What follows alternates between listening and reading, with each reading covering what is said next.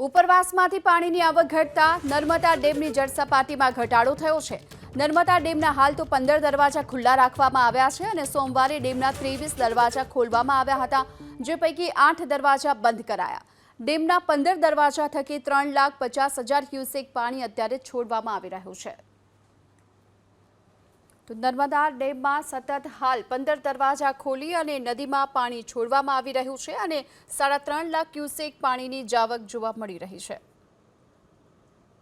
ઉપરવાસમાંથી પાણીની આવક ઘટતા નર્મદા ડેમની જળસપાટીમાં ઘટાડો થયો છે। નર્મદા ડેમના હાલ તો 15 દરવાજા ખુલ્લા રાખવામાં આવ્યા છે અને સોમવારે ડેમના 23 દરવાજા ખોલવામાં આવ્યા હતા, જે પૈકી 8 દરવાજા બંધ કરાયા। ડેમના 15 દરવાજા થકી 3,50,000 ક્યુસેક પાણી અત્યારે છોડવામાં આવી રહ્યું છે।